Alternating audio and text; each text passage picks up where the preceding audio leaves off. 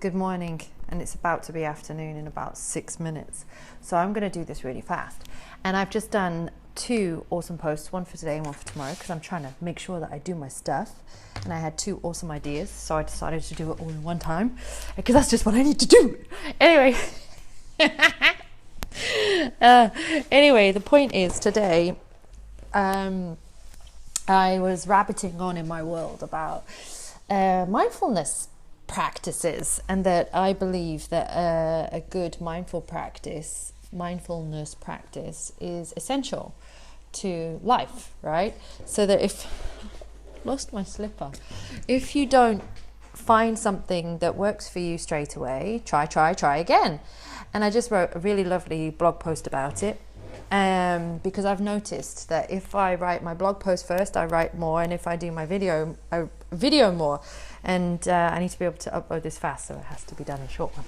Anyway, there's a lot of blah blah blah there. The fact is that a client recently said to me, I can't stand meditating, don't want to do it. And my immediate response is, well, then you haven't tried hard enough, you haven't tried enough different things. You're going to try all the things that I can show you.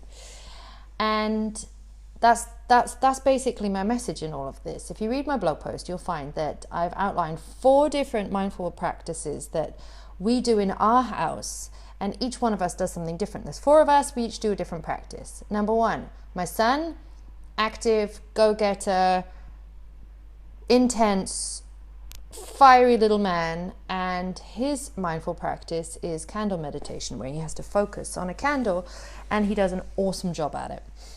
As in, it really helps him.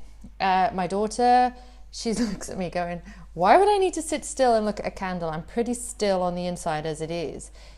Doesn't really work for me. And it doesn't work for her. She's 4 years old, and we started using, I was going to put that in the post. I'll just change that into the post, actually. We started when we were homeschooling, when she was 2 and he was 4. We started doing yoga from the beginning. I did yoga with them. I taught them mindfulness from the very beginning. And very quickly I found on YouTube a channel called Cosmic Kids. I highly recommend it. It incorporates storytelling with yoga, and kids love it. You love it as an instructor. You love watching it. You love doing it with the children. The stories are fun. And you can also become a Cosmic Kids instructor. You can also learn the technique. It's just a technique like everything else. And they offer trainings for it. So that's another thing. So my daughter, she uses yoga. My husband, he's pretty unmoving as it is. He's a sports guy, but he uses sports in a different way. He has always been taught since he was a small child to get into action fast, move. But that actually hurts him. He's somebody who needs to figure something out for himself before he can do it. And so for him, the most powerful mindful technique is noticing things around him, noticing details. It just helps him to slow and find his own pace.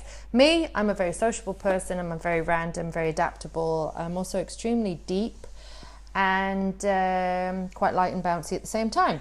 The best thing for me is that I get my most out of things when I'm moving, and that can be for me as much as it could be walking, running, driving in the car, going on a motorbike. It doesn't matter. I just need to move. And that's one of the most powerful mindful techniques for me, and everything else in between.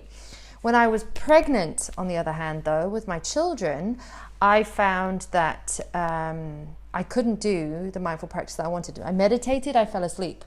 I was that tired, I was that pregnant. And with both of them.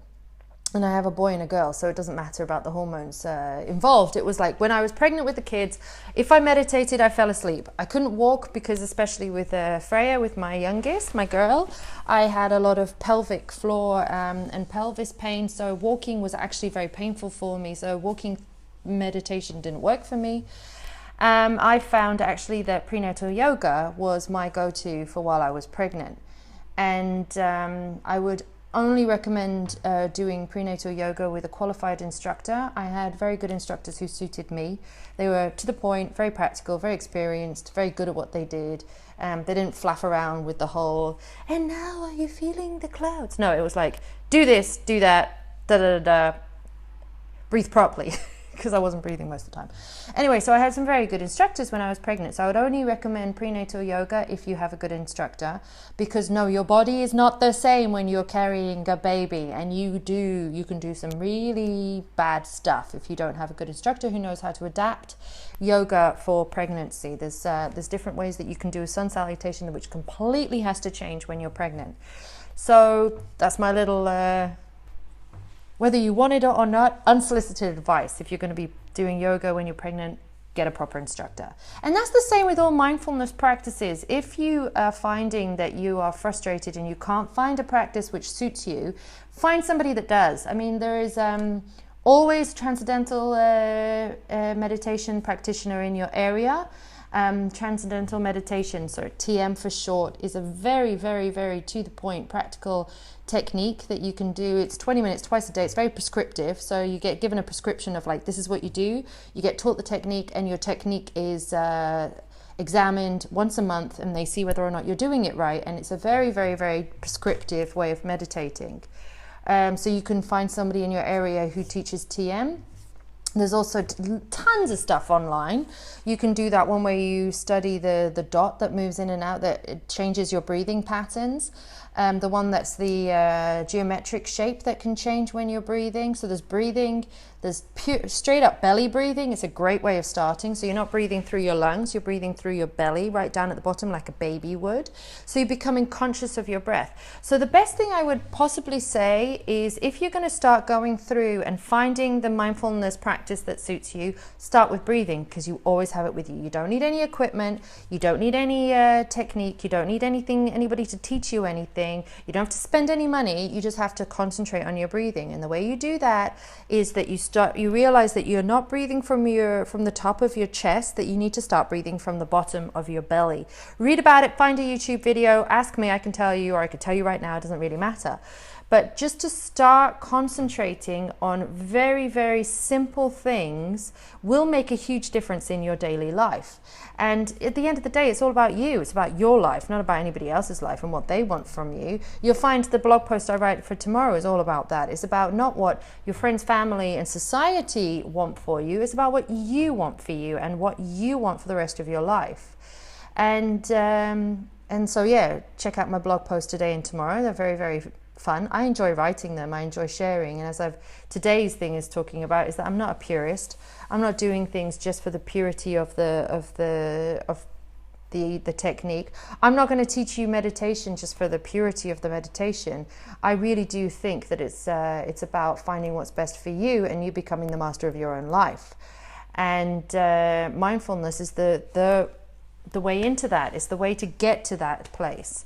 And it's the best way to start, but it's just like brushing your teeth. If you want oral hygiene, you need to brush your teeth twice a day for 3 minutes each time with a good toothbrush that suits your teeth and the right toothpaste. And mindfulness is exactly the same. It's finding the right toothbrush. You find the right technique, you do it every day, you show up, you do your thing, and it will change your life.